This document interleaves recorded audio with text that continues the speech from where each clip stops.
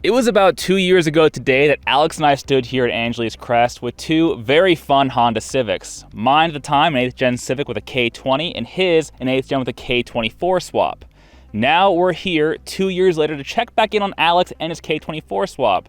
How has the car been? Has it been reliable? Has it been as fun as a K20? Does he still love the car? And would he do it all over again? Play the intro and learn more afterwards.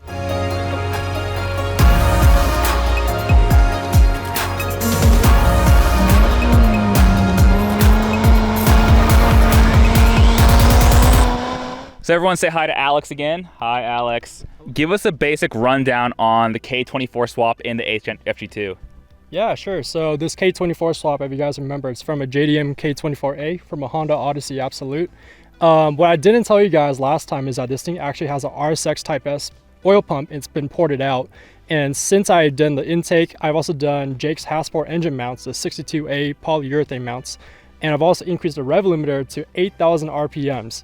And so far it's been so good. It hasn't been burning any oil. I haven't punched a hole in the block, and I had 8,000 RPMs of fun for about 8 months now. All right, Alex is gonna show us launch control set to 7,900 RPM.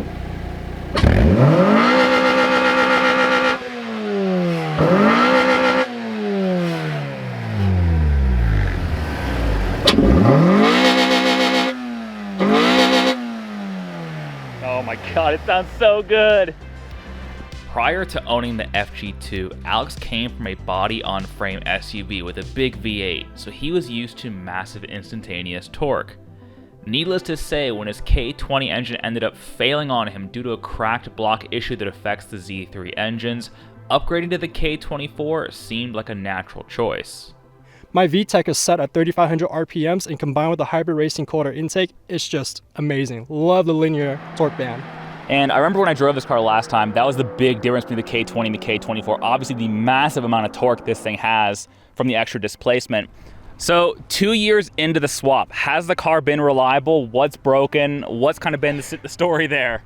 There's a lot that's happened, guys. First of all, I just want to say the K24 itself, perfect. I mean, when I first got it, it was smoking a little bit of oil, but once I changed the PCV valve, it's been good. However, the transmission was the problem. See, ever since the last time we saw each other and we filmed this, I had RT660s, Falcon RT660s, 200 treadwear tires, and I was speeding first gear at 8,000 RPMs in a dry. And so I was wheel hopping the crap out this car, and I basically snapped first gear over time. So the bearings were about to go out, and sure enough, my transmission went out. So it actually has a rebuilt transmission now. Well, unfortunately, that's kind of par for the course with these cars. As amazing as they are, the transmission, for a variety of reasons, is a known weak spot. I mean, I had my clutch catastrophically explode while I was driving. These cars will absolutely break axles from wheel hop, like Alex was saying. And that's part of the reason, probably why he actually swapped in the Hasport motor mounts that he got off my car after I parted it out. I'd still say it's very much worth the swap. Very much worth. I never looked back to the K20, ever. I'm guessing I know the answer here, but would you do it again if you had to? Absolutely. I know we've been talking before we shot this video, and the reason why we came up here in particular is because Alex is actually looking to move on from this particular FG2. And we'll get to that in a second, but he also told me that in the future, he would absolutely buy another one and do an insane built K24 swap all over again. So I guess for people who are on the fence considering the K24, that sounds like a reassuring thing to me. But that brings me to the next question. What's next after the FG2? I'm just trying to downsize the number of cars, guys. This is my third car. The 1999 C5 that Jake also reviewed, guess what? I actually bought that car. And I also have a 2004 Toyota 4Runner. So as someone who's trying to get his livelihood together, you know, finances had to be first priority. And for me, the Honda's been really a lot of fun, but as you guys could probably tell, having to put in a new engine and rebuild transmission, it's been pretty costly too, especially with the way I drive, which is pretty hard. So, you know, it's part Honda, part me. And for me, it's like, I've having enough fun with this car, but it's time to move on, at least for now. What else do you want to tell people about the K24 swap and the FG2? Sure. What I do want to tell you guys, first and foremost, is that expect more vibrations. I don't know what's like with the stock oil pump, because I just put in the Type S oil pump right away as soon as I swapped it, and immediately there was a lot more vibrations. My dashboard was rattling pretty bad. Now on top of the Hasport 62A motor mounts, it's really bad. You have to increase the idle to about 900, 950 RPMs to make it bearable. Any lower than that at idle, you just want to shut off the car, or not even want to deal with the car. But it's kind of like a semi-race car because of that. So it's kind of like, hey, what do you like? If you like, torturing yourself, then this is perfect. But this is something to really, really consider, the NVH noise. And also because the resonator is not meant for the K24, this car is really boomy around 1,000 to 1,500 RPMs, and it drones pretty bad around 4,000 to 4,500 RPMs. Because it's pretty much a stock exhaust, right? It's the stock 8th gen K20 exhaust. Headers back, all stock. Yeah, the only real power out of this thing has, besides the tune he needed to account for the K24, is the hybrid racing intake. That's really the only notable powertrain upgrade here. But there are some interesting things as you learn about the K24 swap in a K20 platform like that come with this. And I mean, I know that with the Type S oil pump, you do lose the balance shaft on the bottom of the engine. That does introduce a lot of NVH, a lot of vibration into the car. So that's kind of par for the course if you really want to rev out a K24 to 8,000 RPM like Alex is doing. I guess if you're this committed to doing the swap and you really want the maximum amount of performance you can get out of the 8th gen, you're just going to have to live with that, because I think if you're looking to go fast on a budget, not even on a budget, but you're looking to go fast in general, the K24 really is the way to go. With K20s getting progressively more expensive and older and out of production, it's just a natural evolution of these cars, especially as they age and people want to keep them on the road for longer. It's just going to be the way eventually.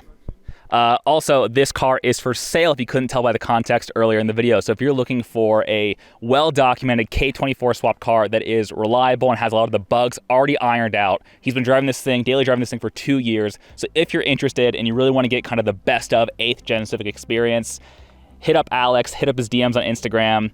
And if you can't already tell, watch this video because this car is so much fun. And if you're interested, you will not regret driving this car. Shall we?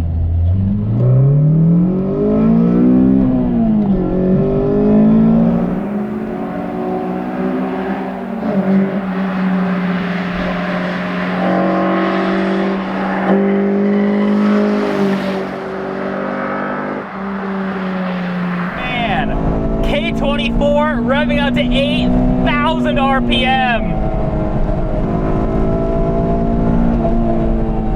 Wow, man, I forgot just how good these things feel when you really drive them hard.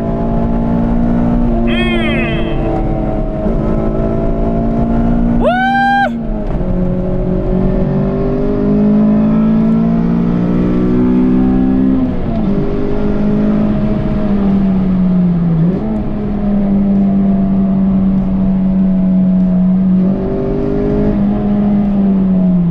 This thing is so good. It makes me miss my 8th gen just a little bit. Don't tell my Miata I said that though.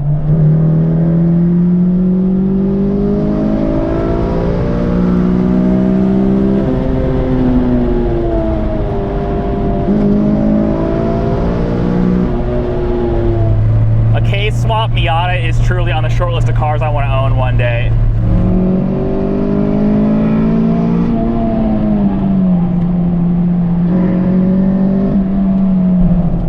With the ported oil pump and the fact that this thing can rev to 8,000 RPM,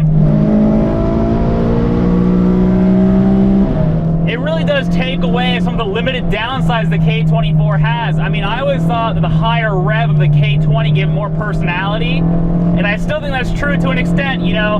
This thing is tuned to rev to 8,000. A tuned K20 will rev to 86 all day, no problem. But man, with the extra revs and the low down torque, it feels just so flexible everywhere in the power band. It has torque everywhere and power everywhere, and it sounds like this. Woo! If you were considering a K24 swap, let this be the video that pushes you over the edge.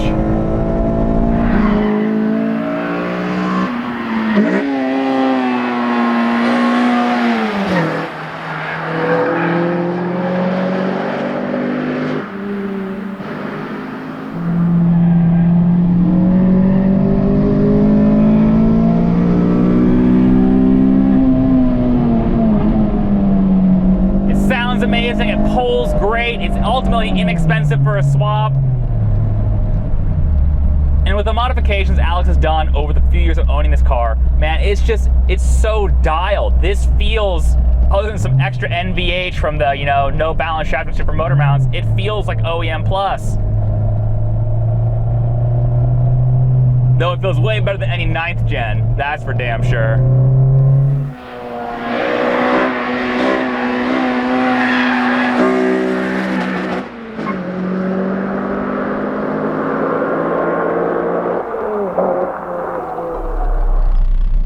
I'm not sure how much more meaningful commentary I can give you, besides look how happy I am driving this thing. This is all the right stuff you want in your 8th gen. I'm just gonna cut to more shots of this car being driven hard. You can enjoy the noise of the sights and the sounds. Yeah, I think that's all I got for this one, guys. Hope you enjoyed all these videos of Alex's 8th gen. Thank you, Alex, for bringing it up here. And whoever gets this car next, you are in for the ride of a lifetime. This car is fantastic. As always, guys, my name is Jake. You've been watching Drive, Brake, Fix, Repeat, and I'll see you guys next time. We're going to do more fun things with cars. Bye.